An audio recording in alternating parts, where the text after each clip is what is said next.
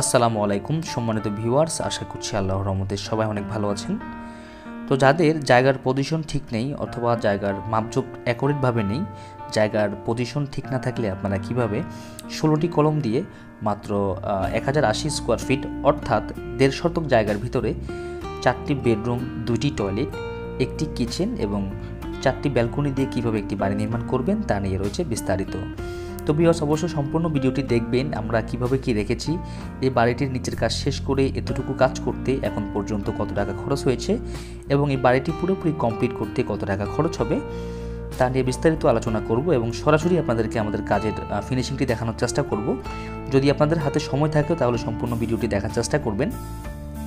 তো দেখতে পাচ্ছেন যে আমাদের বাড়িটির কাজ নিচের কাজ শেষ করে 16টি কলম দাঁড় করিয়ে রাখা হয়েছে এবং আপনারা যদি বর্তমান সময়ে এরকম নিচের কাজ শেষ করে 16টি কলম দাঁড় করিয়ে রাখতে চান তাহলে কত টাকা বাজেট নিয়ে নামতে হবে তার একটি ধারণা আজকে আশা করছি নিতে পারবেন।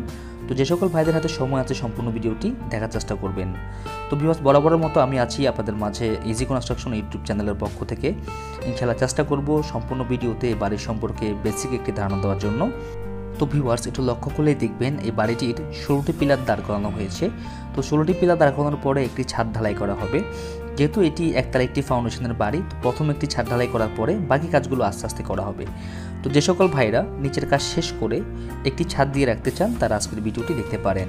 তা আমরা আপনাদেরকে যদি দেখাই, একতলা বাড়ির ছাদের মধ্যে আমরা এখানে 12 মিলি রড আমরা 4 পিস করে দিয়েছি। আপনারা দেখতে পাচ্ছেন, আমি জুম দিয়ে দেখাচ্ছি আপনাদেরকে। 12 মিলি রড 4 পিস করে দিয়েছি। তো আসলে আমরা প্রথমে বেস, কলম, ভীম, ছাদ সব কিছু ক্যালকুলেশনের পরে কিন্তু আমাদের রডগুলো আমরা কলমের মধ্যে দিয়ে থাকি। অনেকে আমাদেরকে প্রশ্ন করে থাকেন যে আমরা একতলা বাড়ির জন্য কত মিলি রড ব্যবহার করব। তো এটা আসলে আমি মনে করি যে আপনারা ভালো একজন ইঞ্জিনিয়ারের সাথে পরামর্শ করে নিলে আমার মনে হয় আপনি ভালো একটা সলিউশন পেয়ে যাবেন। তো যাই হোক, আপনারা লক্ষ্য করেন যে আমাদের এই বাড়িটির এখানে যে কলমগুলোর সাইজ আমরা রেখেছি সেটা হচ্ছে 10 ইঞ্চি বাই 10 ইঞ্চি করে এবং এই বাড়িটির ভীমের সাইজ রেখেছি আমরা 10 ইঞ্চি বাই 12 ইঞ্চি করে। তো আমাদের এই বাড়িটির দেখতে পাচ্ছেন যে নিচের কাজ শেষ করে ভিট বালু দিয়ে ভিট ভরাট করা হয়েছে। ভিট ভরাট করার পরে আমরা একটি ছাদ দিব। ছাদ ঢালাই করার পরে পরবর্তী যে খাতনির কাজগুলো আছে সেগুলো আস্তে আস্তে করা হবে। তো ইনশাল্লাহ প্রত্যেকটি ভিডিওতে বাড়ির কাজের আপডেট আমরা আমাদের চ্যানেলে ইনশাল্লাহ দিব, আপনারা আস্তে আস্তে দেখতে পারবেন। তো আপনারা যদি জায়গার পজিশন যদি ঠিক না থাকে তাহলে আপনারা যদি ড্রয়িং ডিজাইন না করে মিস্ত্রিকে দিয়ে করান তাহলে সমস্যা যেটা হবে, আপনাদের জায়গাটা ওয়েস্টেজ হবে অর্থাৎ নষ্ট হয়ে যাবে। অনেকেই দেখা যায় যে মিস্ত্রি দিয়ে কাজ করা সেই ক্ষেত্রে অনেক জায়গাটা নষ্ট করে ফেলে। ঠিকঠাক মতো প্ল্যান করে আপনার রুম সাইজ, কিচেন সাইজ না দেওয়ার কারণে আপনার জায়গাটা অনেক নষ্ট হয়ে যায়। তো সেদিকে অবশ্য লক্ষ্য রাখবেন। আপনারা চেষ্টা করবেন কষ্ট করে হলেও কিছু টাকা খরচ করে দক্ষ একজন ইঞ্জিনিয়ার দিয়ে অথবা দক্ষ একজন কন্ট্রাক্টরের মাধ্যমে আপনার বাড়ির ড্রয়িং ডিজাইনটি করিয়ে তারপর আপনার বাড়ির কাজে হাত দিতে। তাতে করে আপনাদের বেশ কয়েকটা উপকার হবে। প্রথমত যে আপনার বাড়ির যে ডিজাইনটা ড্রয়িং অনুসারে কাজ করলে আপনার বাড়ির সৌন্দর্যটা নষ্ট হবে না। দ্বিতীয়ত হচ্ছে যে বাড়ির হিসাবটা 19-20 হলেও খরচের হিসাব আপনি একটা অ্যাকুরেট খরচের হিসাব পেয়ে যাবেন। আর অবশ্যই মাথায় রাখবেন, ইঞ্জিনিয়ার সাহেব যে খরচটা বলবে তার থেকে 2-1 লাখ টাকা বেশি রাখার চেষ্টা করবেন, কেননা খরচ হিসাব কখনোই অ্যাকুরেট হয় না, 19-20 হয়ে থাকে। তো আপনারা সেই বিষয়টা মাথায় রাখবেন। তো এই বাড়িটির প্রথম ছাদ ঢালাই করা হবে 5 ইঞ্চি করে এবং নিচের ভিট ঢালাই করা হবে 3 ইঞ্চি করে। তো আপনারা যদি চান তাহলে কম বেশি করে করতে পারেন, যেমন আপনার রুমের সাইজ, কিচেন সাইজ ছোটো করে আপনারা আরও অল্প জায়গার মধ্যে করতে পারেন। তো ভিউয়ার্স, এই বাড়িটির প্রত্যেকটি দরজার সাইজ রাখা হবে 7 ফিট বাই 3 ফিট করে এবং জানালার সাইজ রাখা হবে 4 ফিট বাই 4.5 ফিট করে এবং এই বাড়িটির সিঁড়ির ধাপগুলো দিয়েছি আমরা 5 ইঞ্চি করে, যাতে উপরে উঠতে নামতে কোনো সমস্যা না হয়। এবং এই বাড়িটির সেফটি ট্যাঙ্কি করা হয়েছে আমাদের বাড়ির বাহিরে, আউটসাইডে, সেটা আপনাদেরকে ইনশাআল্লাহ দেখানোর চেষ্টা করব। তো আপনারা যারা বাড়ি নির্মাণ করবেন তারা অবশ্যই চেষ্টা করবেন বাড়ির সেফটি ট্যাঙ্কিটি নিয়ে প্রথমেই ইঞ্জিনিয়ারের সাথে কথা বলা।